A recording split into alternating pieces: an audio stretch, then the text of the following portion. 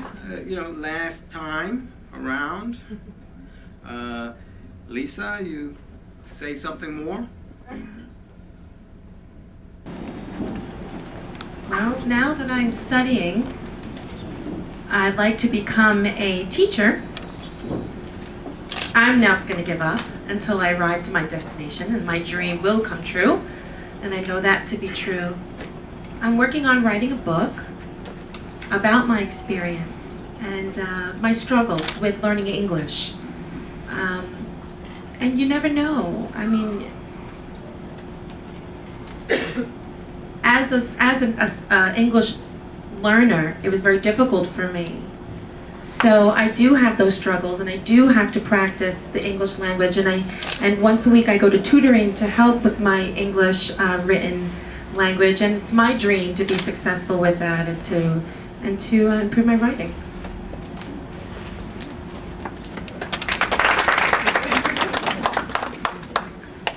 So my younger brothers and sisters, I was the disciplinarian, right? Because I was the oldest, so I could hear everything. So if they would mouth off, for whatever reason, my parents would never catch it. And of course I heard it, so I would go off. So one day, maybe I was about 13, 14, I then knew that the chancleta was a boomerang. You could throw it and get it right back. So my mother says, Mari, you need to go wash the dishes. And I said, all right, wait, I'm watching something. So I'm watching it. She comes back 15 minutes later. Mari, I told you have to go wash the dishes. And I'm like, this lady's getting on my nerves. Like, all right, I told you I'm gonna do it, just wait. So she comes back again. And I thought to myself, of course I can't curse her out to her face, and I'm not gonna sign this, so I'm just gonna start talking. She can't hear me. They do it all the time. They never get in trouble. Nobody's home. They're not gonna tell on me. That chancleta caught me. I was like, what? And she said, let me tell you something. I'm deaf, but I'm not blind. And I was like, oh, okay. Let me just wash these dishes. So that's what Mari did. But I mean, it was definitely a true tale that I wasn't gonna get over on my mother. And it gave me a newfound respect for her. And it definitely put it into perspective that there's so many people in the world that try to take advantage of her because she's deaf. And as her child, I wasn't going to be one of them. And so it definitely put it into perspective for me. So after that, if she said, Mari, I need you to do this, I need you to do that, I just got up and did it. Because, me and the chancleta were not going to be cool like that. But it definitely put it into perspective for me. So, Thank you. You're welcome. Okay, Mary, you got the last shot. My grandmother had a chancleta. And there was always my cousin and myself, a younger cousin, and if she did anything wrong, then I got 6 cocotazos with the chancleta, and my cousin 3 only because she was younger. But I would have to say that for me, I began to have a deep respect for my father. My father came from a Jewish family that when he became deaf, he felt shunned from his family. But when he became Catholic and came into a Puerto Rican family, they actually sat shiva for him. And so my father truly embraced our family, the Torres family. But beyond that, my father always felt that he needed to prove himself as the breadwinner, prove himself as the head of the family, because in my family, my grandmother was the matriarch, as in most Spanish families, la abuela and la doña. And so she really needed to, my father really needed to prove that he was who he was. And my grandmother respected my father beyond measure. And it would take all day to tell you all the stories, we'll have Andy write another book. But my father was able to fix, he's taught himself how to repair televisions and radios. He taught, and this was all book learned, and he saw in the book different diagrams. And at the time it's with tubes that you would fix the radios, and maybe some of the younger people might say, I have no idea what you're talking about, we'll take your word for it. But there was a time that there were televisions that were very, very big. No flat screen, they were huge monsters that you had to invite into your living room. And if it went out, then you would replace it with tubes. And it would be tubes for sound, tubes for whatever. And my father picked up a book because he felt that he wanted to move out of Washington Heights. That was my father's dream, which did come true. So I won't leave you hanging on that. And he actually learned how to look at the diagram and say, okay, if it's doing this, it's this tube. And if it's doing this, it's another tube. And that would have been all right if he just did that. But that wasn't the case. He taught me how I had to do it so that when I heard this, I would tell my father, Daddy, it's this, and he would then go right to the tube, pick it out, go to the store, replace it, and we would go back to the, to the family's house and return the TV fixed. And my father had an extra job doing that. And I gained such a respect, but at the same time, as Andy had written in his book, I began to question, is my father really deaf? Yes. How is it that he can do this? And till the day he died, I knew that he was deaf, but he was just an amazing, amazing man. And that's why I named our school after my father, in honor of my father.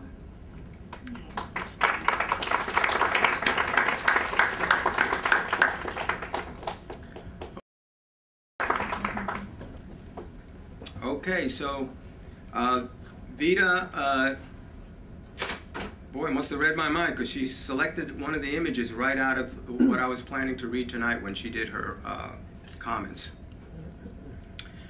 This one is called Apartment 43. Excuse me? Oh, it's a good question. I'm just taking it from sheets, so 14? No, that's much later. Yeah, Apartment 43. Yeah. Chrissy says you have to buy the book, I guess. They have it, but they want to follow, I think. It's one of the early chapters. It starts, in my 10th summer, my parents found our new home, 514 West 176th Street in Washington Heights, not far from my grandmother, Ita, her place on Amsterdam Avenue. On the next to the last floor of a 5-story walk-up, we settled in. For the next 12 years, this would be the palace from which I would venture forth on the journeys and quests of adolescence and young adulthood. To say that Apartment 43 was a modest affair is to give it more credit than due. A bedroom, a kitchen, a bathroom, a living room, each sprouting out from a tiny hallway. After Mom and Pop conducted me on the maiden tour, which took all of 5 minutes, I asked the obvious question. So where do I sleep? In the bedroom. That is your room, they replied. I followed up with the next most obvious question. Then where do you sleep? I followed them into the living room, where Pop unfolded the couch to reveal its other practical feature. Here, see? We bought a sofa for us. My parents had seated me the only private room. Aside from the bathroom, it was the only room with a door. Every inch of our new home was lead painted over or buried under linoleum flooring. I suspect that the people in those days associated wood with poverty, for there was no surface evidence of Mother Nature's contribution to the construction of Apartment 43. Maybe the original immigrants, the inhabitants of the tenement buildings in Washington Heights, erected in the 1920s, maybe they wished to be as distant as far as possible from their old world rural origins. If so, Then we Puerto Ricans from the New World seem to have followed suit, for we embellished the walls, the trimmings and borders in layer after layer of paint. And we interred the original floors under man-made carpets of dazzling design. In our case, a blue-green floral print. The bathroom was the space most in demand, and Mom quickly achieved a monopoly over it. She could spend hours in there, and what she was doing was anyone's guess.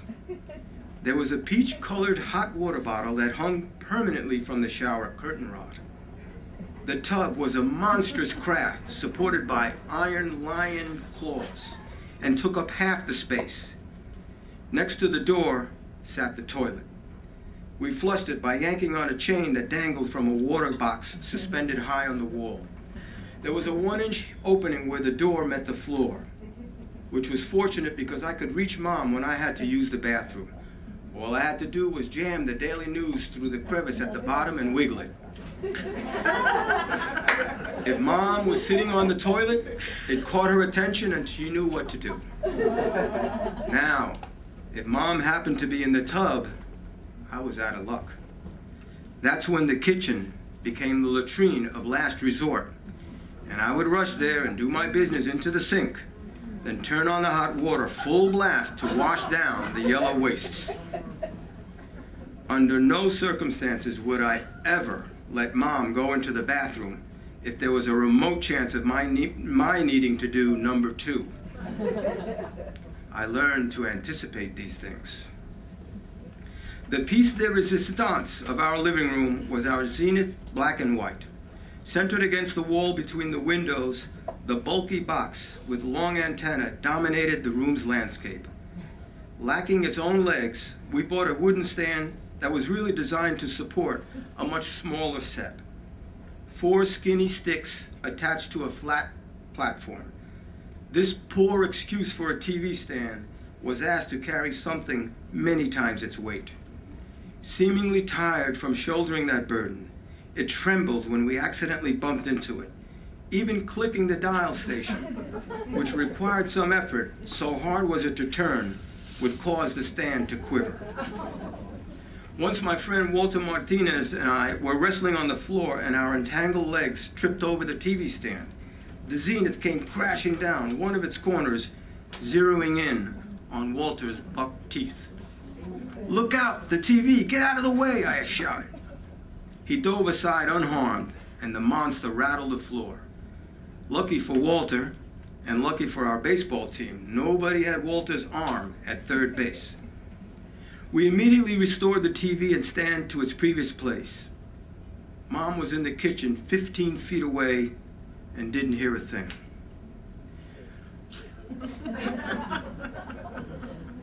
Mom's base of operations was the kitchen, which had a window facing the side alley of the building. It was comprised of the sink, a gas oven, a Frigidaire taller than her, and a GE washing machine. Flushed up against one wall was a metal dining table, surrounded on 3 sides by chairs with chrome legs. A religious calendar provided each January by the parish, and a clock were the only decorations on the walls.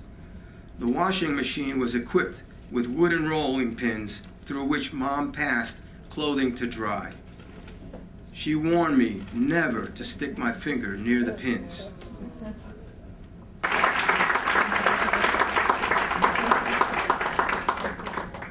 Okay, for the last piece, this is way towards the end, and it's some sort of a summing up.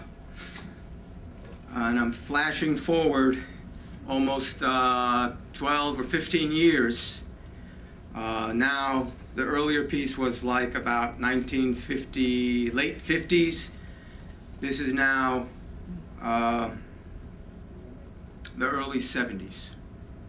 And you've all had this moment, or many of you have had this moment where you go back to the place that you grew up.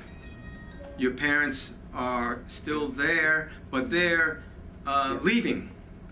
Your parents are leaving, as was the case here. My parents decided to return to Puerto Rico. And so I'm going back one last time. After almost 20 years, Mom and Pop moved out of apartment 43. With the apartment now emptied of all furnishings, Pop's deaf talk echoed in an eerie hollowness. Mom's whispered phrases pierced the quiet. They examined the rooms one last time, meticulously removing all remaining traces of their stewardship. A toothbrush, a tin garbage can, crumpled Con Edison bills. They seemed untouched by nostalgic feelings. Their thoughts were drawn excitedly to the future. Year-long sun to replace perennial alterations of freezing Januaries and sticky, humid Augusts. I, on the other hand, reeled under the onslaught of flashbacks. My emotions were overtaken by memory, not anticipation, by the past, not by the future. Here was the safety and warmth of my adolescence, the incubator of my manhood. Here were the ghosts of hundreds of stories beckoning me to one last reverie, pleading that I not forget them. Now the space was desolate and spare. Only a few naked light bulbs, remained to light the way for the next family. A few days before, I stopped by to help Mom and Pop pack for the move. True to form, Mom held on to most of the furniture and the clothes and wanted them delivered. The only major item consigned to the dump was the sofa couch, that poor excuse for a master bed. How many nights did that four-legged beast open up for Mom and Pop? How did it possibly survive all these years with only one repair job that I could recall? They consulted me on everything. Did I want to hold on to the family photos? Should they keep the original copies of the baptismal and wedding certificates, or should they leave them with me? What about their Social Security records? I might need these documents here in New York if some problem came up. Then I'd have to follow up on them for them. Pop offered me his mementos from school, including his trophies and his baseball glove. The glove had to be 40 years old, stiff as a board. It was half the size of modern baseball mitts. Inscribed in the palm was the name of Marty Marion, a player obscure to everyone around the block but me. I felt a strange power having the final say about these possessions. How convenient to be the only child. I was pleased with the neat and simple handling of this tiny estate. No bickering with siblings, no interference from lawyers, nothing to hide from the tax man. We hired Flor de Mayo, the moving company that had shuttled migrating Puerto Rican families for decades. Actually clever, this company, from the Mayflower to Flor de Mayo, marketing themselves as movers of the modern-day Boricua pilgrims. And this morning they had come to clear out the apartment. Soon, all my folks' worldly goods would be sailing down the Atlantic towards rich port. Tomorrow, Mom would be on the plane to San Juan to be picked up by the Ayala brothers. Pop was going to stay with me and Vivian for a few weeks until the Christmas holidays. He timed his retirement to begin on New Year's Day, 1976. Borrón y cuenta nueva, a clean slate. After that, I visited them regularly. Unlike the previous few years in New York, when I just hopped on a bus, a subway, back to Washington Heights, the visits to Puerto Rico were long-distance affairs, and the plane flights accentuated the feel of migratory passage. And these travels were not just about changing geographies and climates. Entering, then exiting, then re-entering and re-exiting their lives had a different quality. Now, reflecting on that time, I realized that the first 30 years of my life had been a series of border crossings between the deaf and hearing worlds. In the first years, it was my parents and the deaf culture that claimed my allegiance. Sign language and deaf behaviors were building blocks of my personality and psyche. Then I loosened the ties to deaf culture as I gradually worked my way into the hearing world. But which hearing world would I settle into? The Puerto Rican, where my family's roots lie, or the American of the block, of schooling, of work. And later, as I re-encountered my Boricua roots through political activism, there were crossings between the often contradictory spaces of the Puerto Rican and American hearing worlds. I could try to be free to chart my own life, but true independence is not possible without a stable sense of self. I worked out an identity that was consonant with a life in three overlapping and at times conflicting worlds: deaf, Puerto Rican, American. My parents had clear expectations of me to be their messenger, interpreter, negotiator, and advocate, and implicitly to be in this way available to them for the rest of their days. These were felt by me as demands to be somehow passed off. But to whom? Later I could see that some of these demands became resources for dealing with life. The ability to see the world from another's vantage point, the awareness of another's discomfort and uneasiness, the sense of power that comes from embeddedness in another language and culture, learning that comes from being a witness to routine injustice. And now I can choose to accept these as gifts. Their greatest gift was unmediated by any ulterior motive. My parents loved me beyond anything a hearing person can understand. To their way of thinking, their hearing son had vindicated their very existence and made them whole. This is not how most people who are deaf today think, and this is good. But this is the way it was back then with Mom and Pop. Thank you.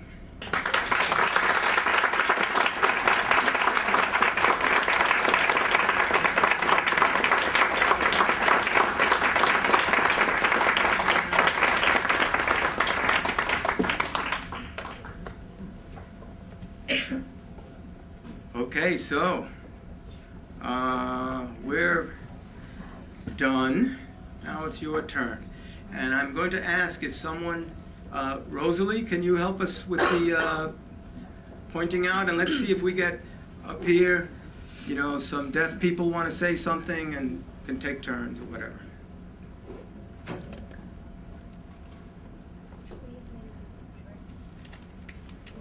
Questions, please, to the panel or whatever. Okay. Good evening. My name is Liet Lopez. I'm the treasurer of the CUNY Coalition for Students with Disabilities, and I would like to say that I'm thrilled to be here. My question to you would be, I would like to know if you have any suggestions on how we can incorporate the deaf community into our student with disability movement. My suggestion is that we get involved with the community and send out lots of emails to contact the community to discuss this. I mean, meet with different people and to not be afraid. I think students have to become more aware of their disability department and be able to go there and not be afraid to discuss the issues. Trying to stay low so that other people that need to see the interpreters can see the interpreters. I represent Sydney, the commission, the Center for the Independence of the Disabled in New York, and we're very interested in getting stories from individuals in the deaf community and in any disability community as far as how they think the Americans with Disabilities Act has impacted their lives, and if it's made any changes that is significant, or how it's delayed their lives because of its limitations. That's a statement to affirm the need for us to share more information about how deaf people in this case experience their disability. And of course we join you in making that call. It sounds like we need to organize a little better, right? Maybe organize something. And if Centro is certainly a place where we like to raise ruckus, let's say, and organize. So we take that as a pointer. Thank you. Hi, can you hear me? Can you hear me? Yeah. Okay, my name is Olga Sanabria. First of all, I'd like to greet my longtime friend Andy Torres and his wife Vivian and the rest of the family, and really congratulate Andy on this tremendous project, which definitely is such a contribution to our community. And my question is, I think that oftentimes another obstacle besides the obvious ones that deaf people have in general, not just Puerto Ricans or minority persons that are deaf, is a perception that they're less intelligent or maybe even have mental disabilities. So I would say that that's another obstacle. And my question is, how does that community and the advocates in the community handle that, including the type of advocacy work that's done to change that perception, which I think is somewhat of a reality? Thank you. Lisa? And then... Well, growing up, obviously, as a deaf person, I also had a brother who was deaf. We weren't afraid to confront people and educate people and let them know where we stood. We were not too shy. We were able to let people know that we could do whatever they did. The only difference was with the language. We could be as active and compete intellectually as well.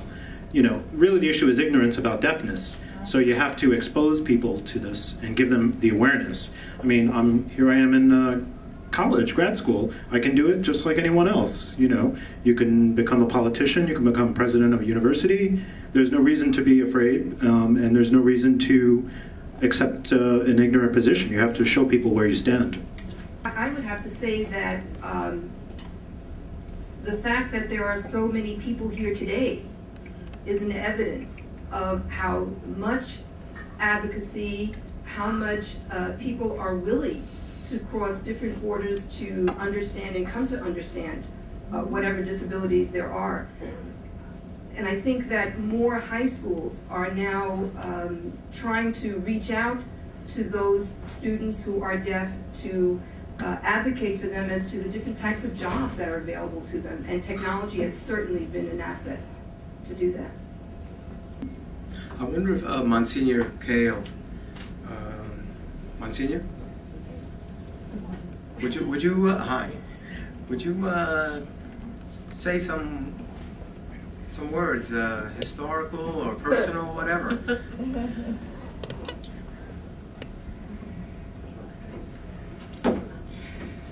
In 5 seconds or less, okay, or thinking about it in 5 seconds. What has always impressed me very much is the capacity for deaf people to establish their own community, to be very strong leaders in their own community. And if it's happened that, you know, the greater society may put deaf people down, and unfortunately it happens, unfairly, but it happens. What the deaf community has always been able to do is to raise up these great people. And Andres' father was a wonderful man.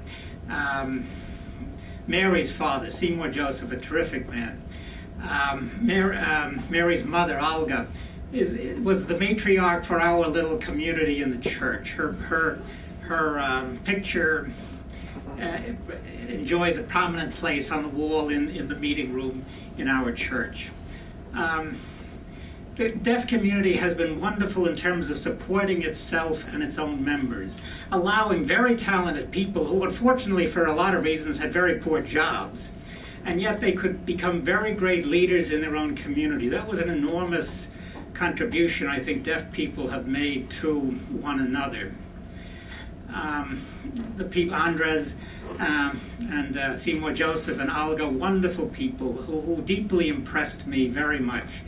But you do have to get to know them. You have to kind of break down the barriers. It's not only deaf people who have to make that step, but hearing people too have to make that step. Break down the barriers. Learn to communicate.